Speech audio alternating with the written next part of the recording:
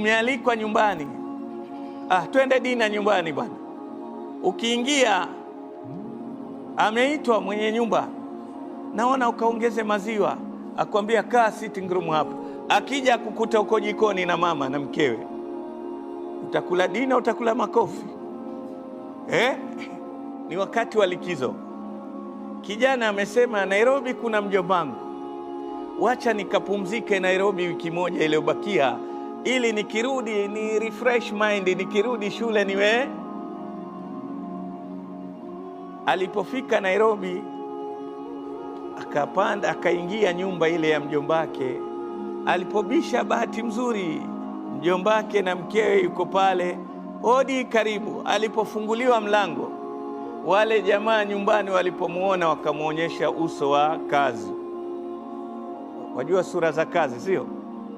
Hakuna smiling face, Wakamuonyesha kwamba hatukuridhika na wewe. Unakuja bila taarifa bwana, hali zenu, hali gani? Kilichokuleta nini? Utakaa hapo, utakaa wiki mzima. Ukijua wenye nyumba hawakuridhika, utakaa? Huwezi kukaa. Kwa nini? Kwa sababu wenye nyumba hawakufanya nini? Hakuridhika. Sasa wiki moja, ukijua wenyewe hawaridhiki kwa wiki moja, hukai nyumba ile. Hii ardhi ni ya nani? Naam, ardhi ni ya nani? Ni ya Allah. Umejiuliza unavyoishi kwenye ardhi hii, Allah ameridhika? Tuko pamoja? Kama nyumba ya mtu hakuridhika mwenyewe, unaona sifai kukaa, manake mwenyewe hako tayari niishi hapa. Je, nyumba ya Allah umejiuliza? Hii ardhi, walillahi ma fi samawati wa ma fil ardh, vyote vilioko mbinguni na ardhini ni vyake. Wewe unatumia hewa ya Allah, umejiuliza hii hewa ninayotumia Allah yuaridhika na mimi na utendaji wangu? Furaha ya mwenye nyumba ni kwamba uje saa 3 uwe ushaingia nyumbani. Wewe ukija saa 7 ya usiku atafanya nini? Atakwambia bwana, sisi hatujazoea hii nyumba, saa 3 watu washafanya nini? Shalala bwana. Ukitaka kuishi hapa saa 3 we hapa. Na furaha ya ardhi hii, Allah anakwambia alfajiri lazima ufanye nini? Tuko pamoja vijana? Allah mpango wake kwenye ardhi hii, lazima saa 11 uende wapi? Msikitini. Sasa mwenye kijirumu kimoja tu akikwambia uje saa 3 unaingia saa 2:30 ili asikasirike.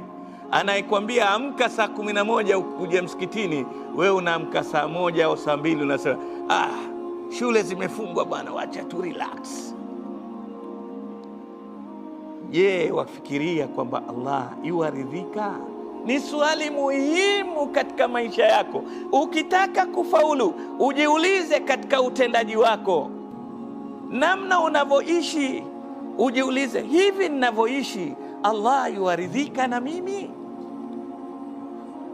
Kwa sababu kila mwenye akili anapenda kumridhisha mwenyeji wake. Umealikwa nyumbani, twende dina nyumbani bwana.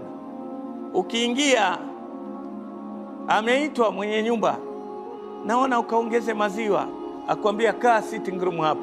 Akija kukuta uko jikoni na mama na mkewe, utakula dina, utakula makofi, si ndio? Mambao yataruka, si ndio? Amekwambia kaa sitting room, huwezi kwenda kukaa wapi? Allah akwambia mimi kijana, maisha yako ishi hivi. Ukipenda kikao kizuri, nenda msikitini uswali. Wewe wakati wa sala wachonga, umekaa kwenye maskani unakula nyasi kama mbuzi ambaye amesafiri mwezi. Tumeelewana? Hajawahi amefungiwa kwenye lori mwezi mzima, siku akishukishwa kwenye nyasi anakula mpaka na pua. Huwezi kuvunja sheria ya mwenye nyumba alokualika chai ya 200. Unavunja sheria ya Allah anayekupa neema zote. Tuko pamoja? Ukitaka kufaulu jamani, kama unaona ukihalifu sheria ya mwenye chai hutopata chai, ukitaka kufaulu katika ulimwengu mridhishe nani? Allah.